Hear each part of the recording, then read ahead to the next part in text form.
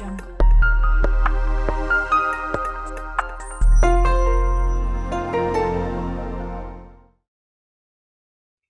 Hello again. Welcome to exclusive interview on AD4 TV Radio. I am Tunde Hassan. The foremost celebrated playwright, William Shakespeare, once said, "If music be the food of love, play on." This rather interesting viewpoint has played itself through human existence as music has had profound, phenomenal impact on humanity. Where there's a human being, there's music. It is a dynamic and virile force with strong impact across the world. Beyond social and cultural expressions, music contributes significantly to the GDP of nations globally. Some estimates peg the contribution of music industry to the global GDP at a hefty $160 billion. My guest on exclusive interview, Eric Reverence, is a UK-based artist with outstanding international profile. He joins me shortly to talk about his music and the place of music in the processes of society. First, this background report.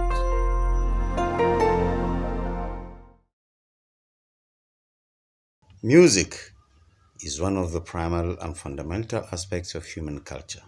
Many researchers argue that music, in its primitive form, predates the emergence of language itself. It is an art combining vocal and instrumental sounds that express form, beauty, and emotions. Where there is a human being, there is music. At weddings, funerals, graduations, social events, relaxation, sports, and even conflicts and war, there is music. In homes, mother rocking the baby to sleep, romance dinner, household chores, bathing, workplace, and other day-to-day activities, there is music. Even the first cry of an infant at birth is considered music. Some of the first communications we give and receive in life are through music. In Africa, music is a social activity in which everyone participates. It highlights values as various traditions and rites are accompanied by a melody. Music serves as a means of communication, interpretation, interaction, education, and solicitation in African culture. Beyond social and cultural expressions, music is also impactful in the economics of society. It is a dynamic and viral force in income generation, earning multiple digit revenues that contribute significantly to the GDP of nations across the world. Some estimates peg the contribution of music industry to global GDP at a hefty $160 billion. In Nigeria, music revenue grew from $26 million in 2014 to $34 million in 2018 and is expected to reach $44 million in 2023. Many nations of the world, like the United States and Korea, are pushing up for the growth of their music industry and are generating massive revenues from it. For instance, in South Korea, music generates 5.1% of GDP and rakes in huge chunk of income. The take for the US Treasury from music is currently as high as 5.6% overall. The creation, performance, significance, and rhythm of music vary according to cultural and social context. In effect, music remains potent through generations, impacting in various ways on the processes of society.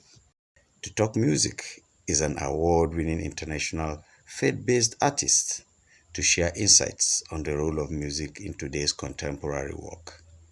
Eric Reverence, UK-based performer and recording artist, is the guest on exclusive interview.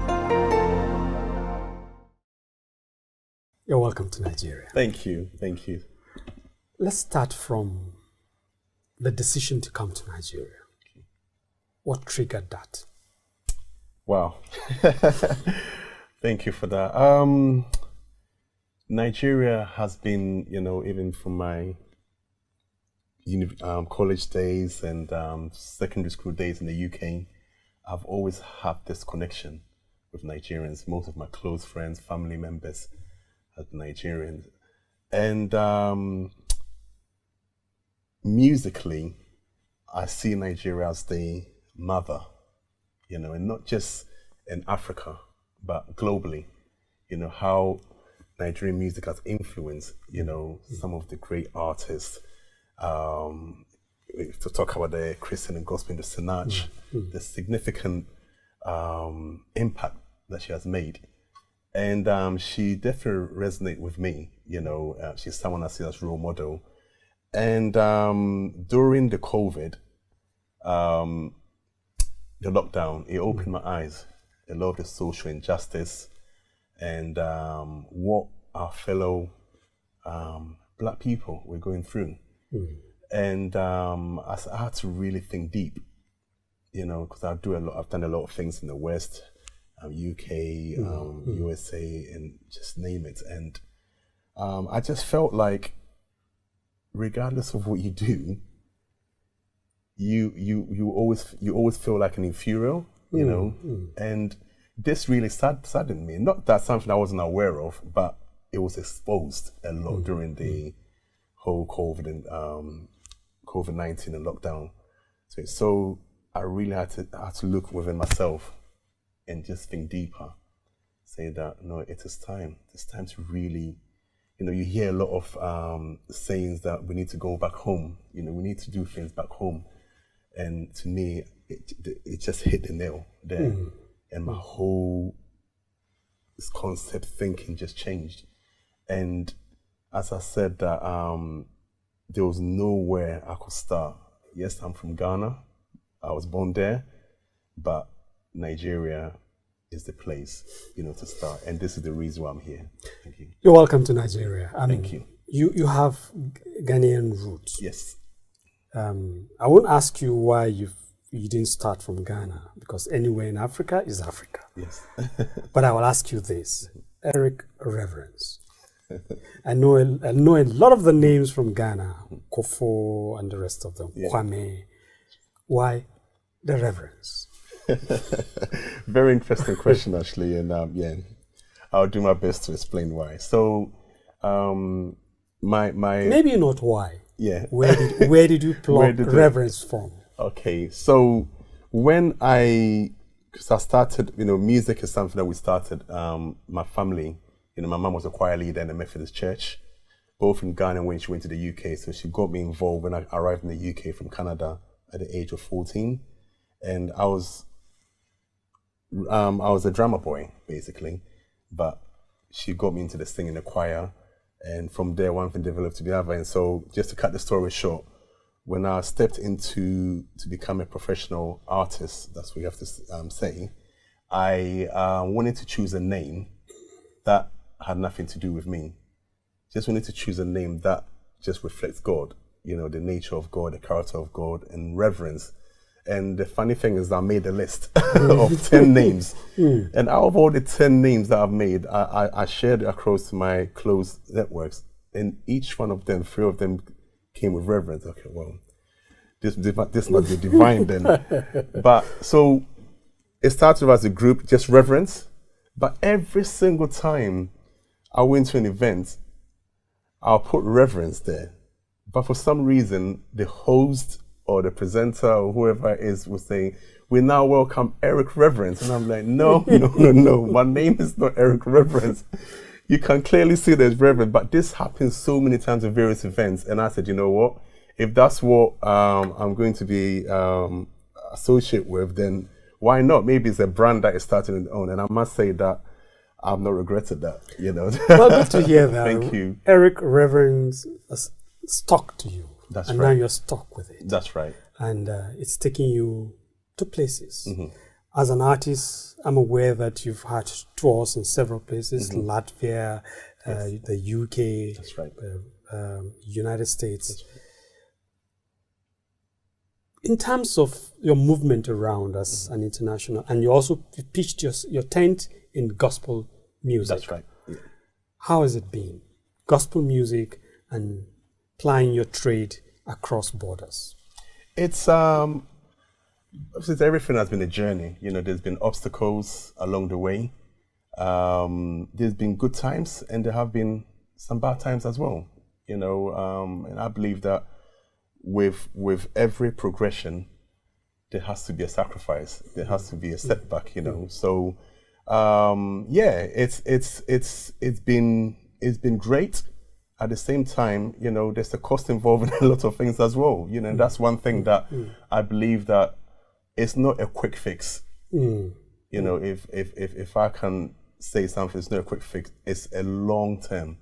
If you want to become a gospel artist or a gospel minister, if that's what you have to say, it's a ministry. So it's not something. It's a lifetime. So when I first started, I wanted to get to every event. I just wanted to get to the major events quick. I had that mentality. Get the exposure. Get the exposure. But as I was, the more I was growing in it, and the more I started to learn from those that have really made a name for themselves, and sitting down and talking to them, I learned some valuable lessons and experience. And one thing they said is that to sustain in this field requires a lot of patience. And you have to have the mentality that it's a lifetime, because I personally want to leave a legacy. I don't do music because I want to be famous.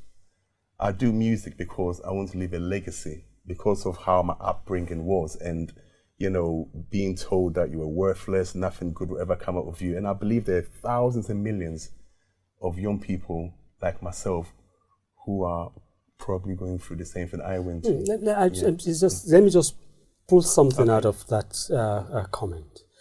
The upbringing, what you went through. Run us through that. What was it like, briefly? I mean, without really prying into your privacy. Okay, no, what was it like? What is that upbringing that kind of defined your attitude to life? So to be honest, I never understood why, even at the age of 5 to 10 years old, when I started primary school and went to JSS1 and 2, I was told that you're worthless by... Worthless? Yeah, worthless by my head teacher.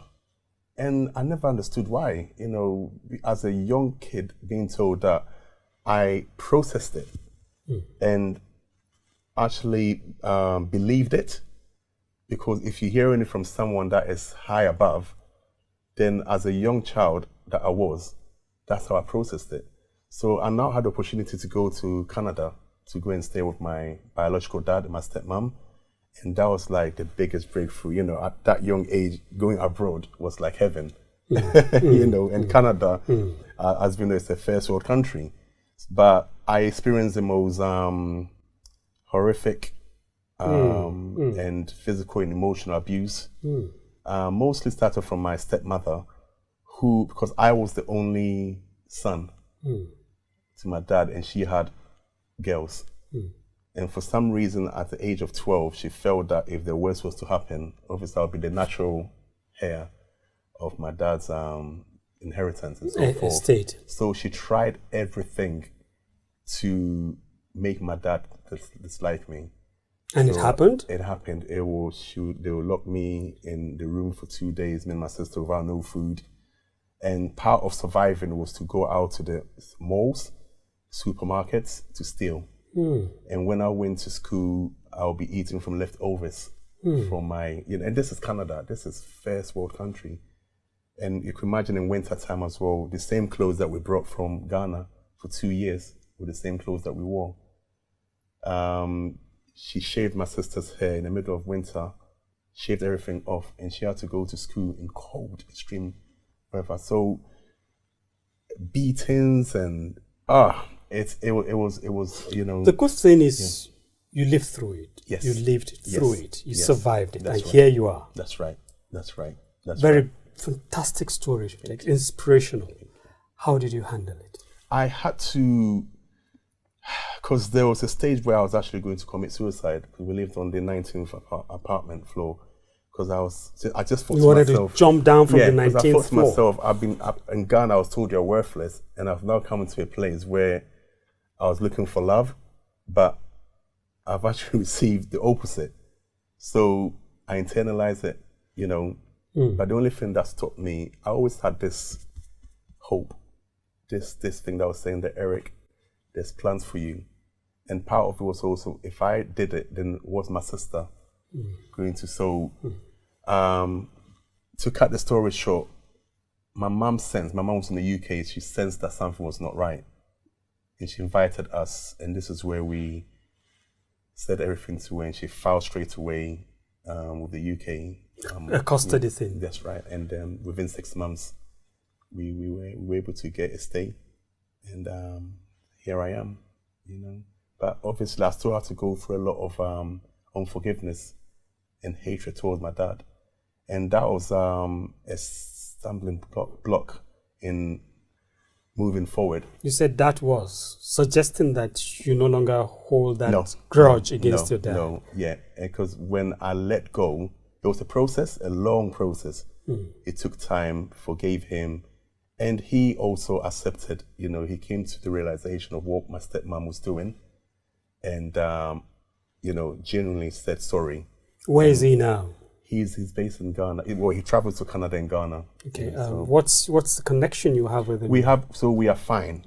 We are fine. Obviously, in terms of as a father and son, there's still work to be done, you know, in terms of attachment. But in terms of be able to talk to him freely, you know, without feeling any sense of hatred or anything, all that is gone. Well, Yeah. it's good to know that you've scaled through these hurdles and yet where you are today. Right. We'll return to continue this conversation with Eric Reverence, a UK-based gospel artist. Be back with you shortly.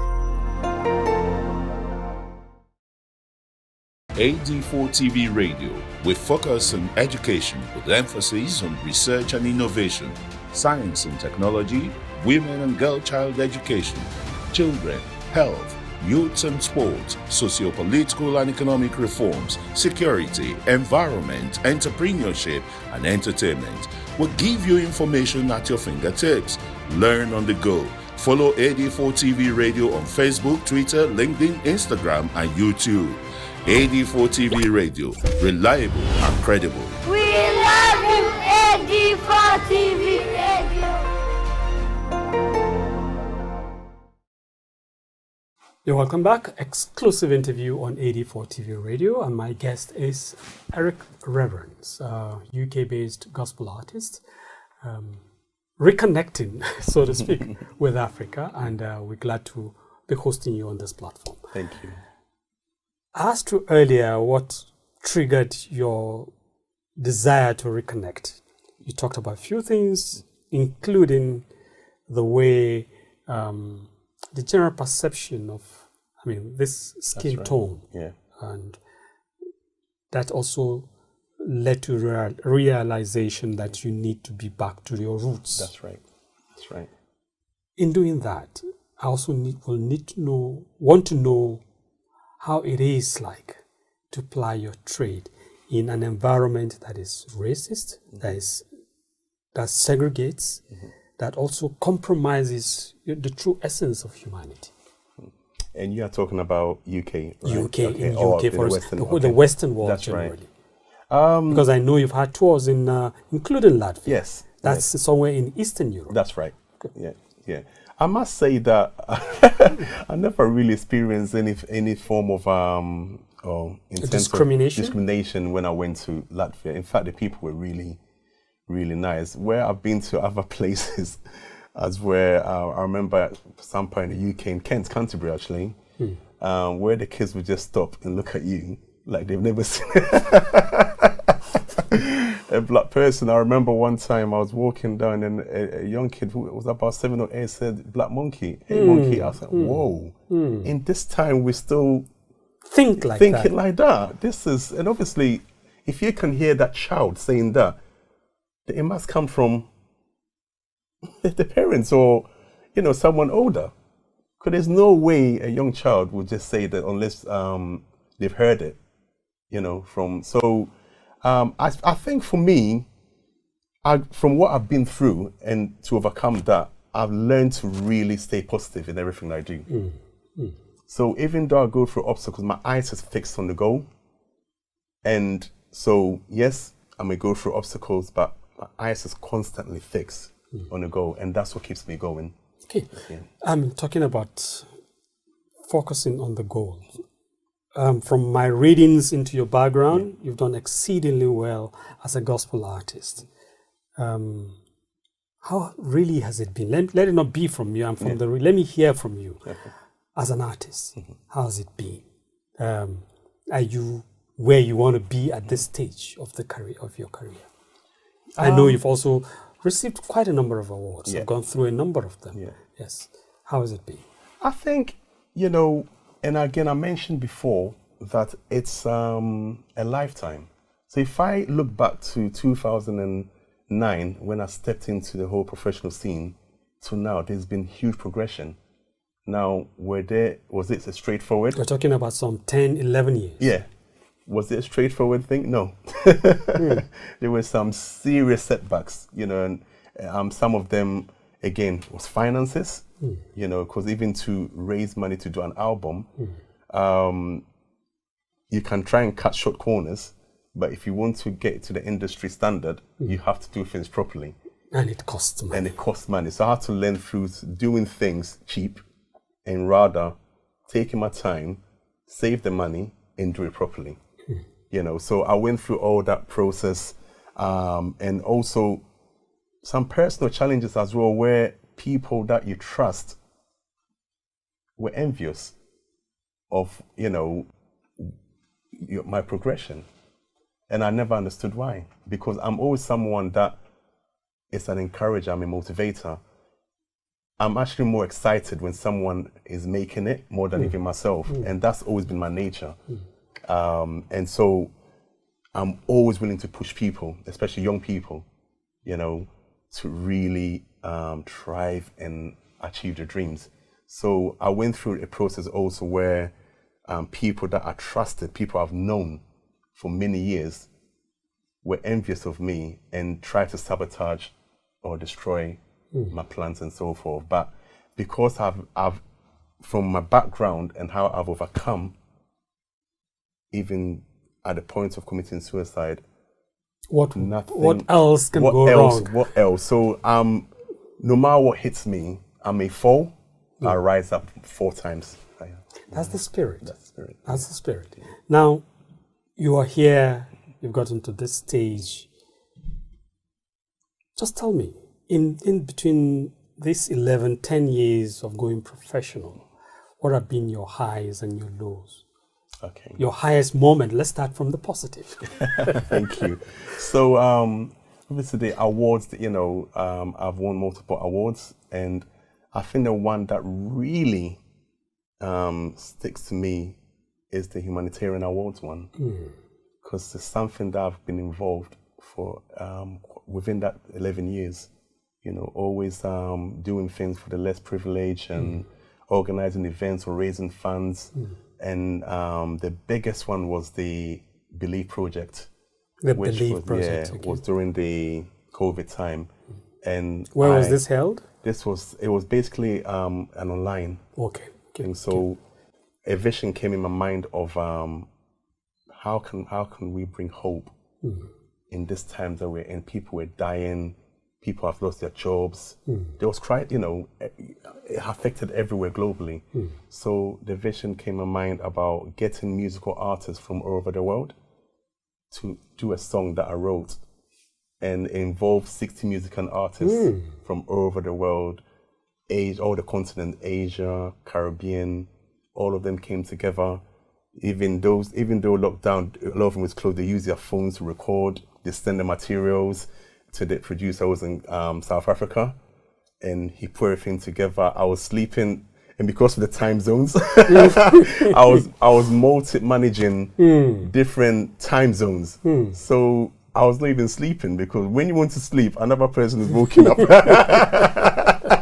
But for 3 months, it was the best achievement for me, because, and I hope that you can play the song, showing all the different people from different countries, children, all involved. It was amazing. We have access to it, we will Yes, play. yes, absolutely. It was amazing. It's amazing. And we were able to raise money for especially those areas that were affected most. Yeah. And other than that, other awards, Artist of the Year, International Artist of the Year, in the US, in the UK. And but I'll say the humanitarian one was the biggest one for me. What are the downside? What's the low? Wow. I think I touched on that, about key people that I put my trust in, and these were pastors as well, where I was under them for a very long time, for 10 years. And when I decided to, because I served, I was getting invitations, but I decided not to, because I said, this is what I want to do, to serve. But when it was time for me to now blossom, all of a sudden, he didn't speak to me. And this is from 2009 up to now. He's never answered my call. He knew my family. He comes to my house with fellowship, build that strong relationship.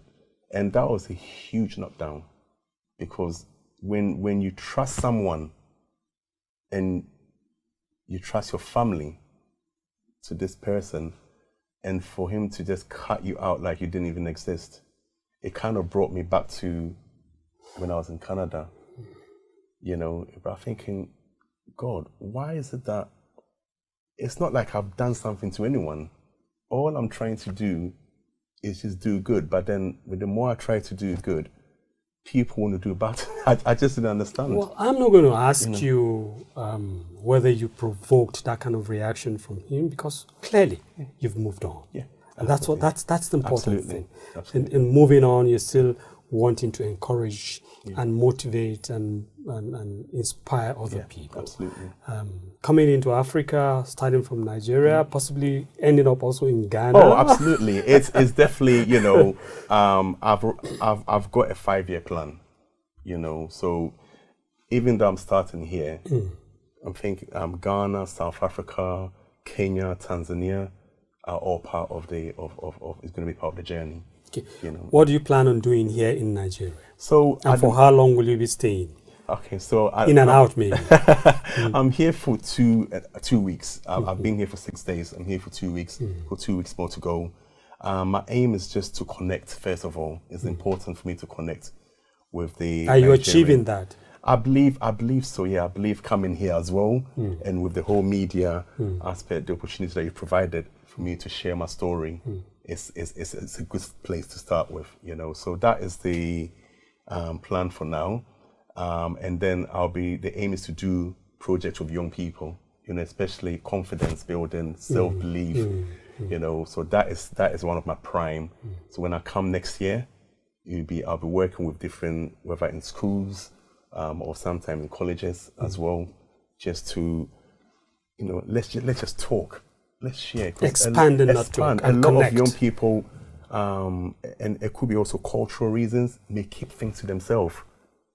It's good to express yourself, talk, because when you let it out, that's where the healing takes place. So, okay. How do you see, in your genre of music and those who are in it, how do you see maybe African artists expanding their horizon and climbing the ladder as you have to become international players? What's just your advice? Okay, my advice is don't rush. Don't rush. And also, it's not everyone that is cold. Value wherever you are and do it well. And do it well. No matter how small you think it is, do it like if it was the best thing that you're going to do.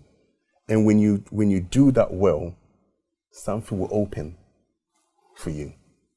Don't take where you are for granted, because everything is a process. It's patient. Don't rush And that's my advice. Don't rush and invest in your gifting. Invest in it. Invest in your craft. Thank you very much. You won't get off this stage without giving us at least something from any of your music. and how do you mean, like? I mean, just sing it out. Let sing it out. Oh my goodness. So one of the songs that we're promoting is called Miracles. And basically it's not all about signs and wonders. The fact that we can wake up to see another day is a miracle in itself. So we have to be grateful, you know. So it just goes something. You're my God of miracles. You're my God of miracles. Yep, that's what the song. You're not going to let me sing. That was not on the script, but you got me there. Wonderful. It's really been a pleasure. Thank you so much. It's just been an honor as well. I wish you the very best. Thank you so much. Thank you. We've been having Eric Reverence on the platform this outing on exclusive interview, AD4 TV Radio. I've enjoyed the session thoroughly and just wishing him the very best as he journeys through life with music. Thank you again. Thank you very much. Thank you. That's it on the program. Thanks for being with us. Audio Jungle.